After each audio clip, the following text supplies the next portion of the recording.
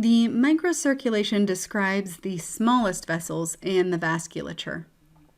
After flowing through the aorta and the large arteries, then through the arterioles, where blood pressure is largely regulated, the blood makes its way through the microcirculation. So blood's delivered to these capillary beds by arterioles, and the degree of constriction or relaxation of the arterioles is an important factor in the amount of blood flow to those capillaries. The capillaries are particularly important because they're the site of exchange of nutrients and waste and fluid. The capillaries branch off of these meta-arterioles, and there's a band of smooth muscle, and this is the pre-capillary sphincter that comes just before the capillaries. The pre-capillary sphincters are kind of like switches, and by opening or closing, they can allow or block blood flow through the capillary bed.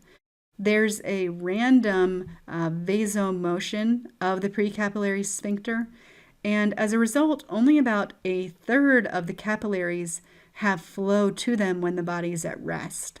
However, dilators can increase the number of capillary beds that have flow at any point by decreasing the resistance of the arterioles and meta-arterioles and decreasing the tone on those pre-capillary sphincters. And that decreased resistance leads to increased flow.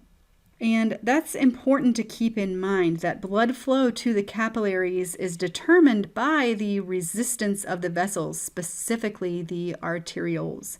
And resistance is mostly determined by radius of the vessel, since resistance is inversely proportional to the radius to the fourth power.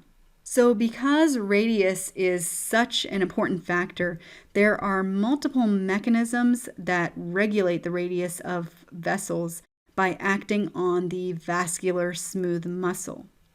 So there are local controls, also known as intrinsic controls, and these include the myogenic hypothesis or mechanism, the metabolic hypothesis or mechanism, and a variety of other vasoactive substances called autocoids.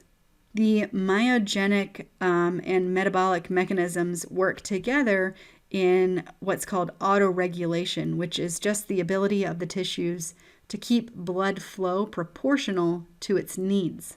There's also central control or systemic control, and this is made up of neural input and hormonal input that often covers many different capillary beds at one time. The microcirculation includes the capillaries, and the main function of the capillaries is to allow exchange of nutrients and waste products, as well as fluids across the wall. And there are a couple of different types of capillaries. These are two that you will see most frequently. Continuous capillaries, and these are made up of endothelial cells that are connected by tight junctions. And this leaves only small gaps between the endothelial cells to allow just limited passage of water and small solutes. These are the most common type of capillary, and they're found in the skin, throughout the skeletal muscle, in the lungs, and the central nervous system, just to name a few.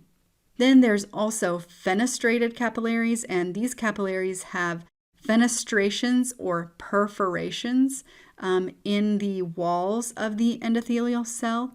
And this type of capillary has more permeability to fluids and small solutes than the continuous capillaries. And they're found in areas where you need more exchange to occur.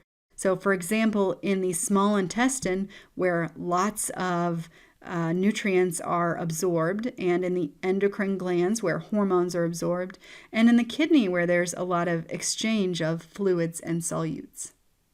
So diffusion is just the passive movement of substances from an area of high concentration to an area of low concentration. And diffusion really accounts for the majority of blood tissue exchange. So some solutes are able to diffuse transcellularly, going through the endothelial cells, and others have to diffuse paracellularly between the cells. So gases like oxygen and carbon dioxide and other lipid-soluble molecules can cross the membrane of the endothelial cell by diffusing straight through the lipid bilayer making up the endothelial cell membrane. And that diffusion is driven by the partial pressure gradient of the gas. Water-soluble substances like water itself and ions and other small molecules like glucose and amino acids aren't able to cross the endothelial cell membrane, so their diffusion is limited to the clefts between the endothelial cells. So this means that the surface area for the diffusion of these substances is much less than the surface area for the diffusion of gases and lipid-soluble substances. This paracellular transport between cells is also known as bulk flow. And this is a passive process, so it has to be down a concentration gradient. Large molecules, like proteins, for example, generally have to be transferred via vesicles across the endothelial cells, as they're too large to cross the capillary in these clefts between the endothelial cells.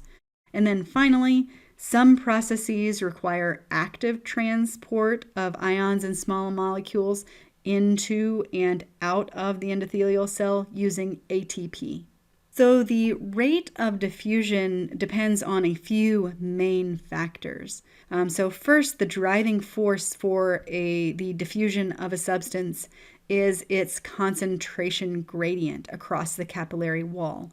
So how concentrated is the substance in the capillary versus how concentrated is it in the interstitium? Capillary permeability is the pathway for the molecule to move. So if the capillary permeability increases, diffusion will also increase.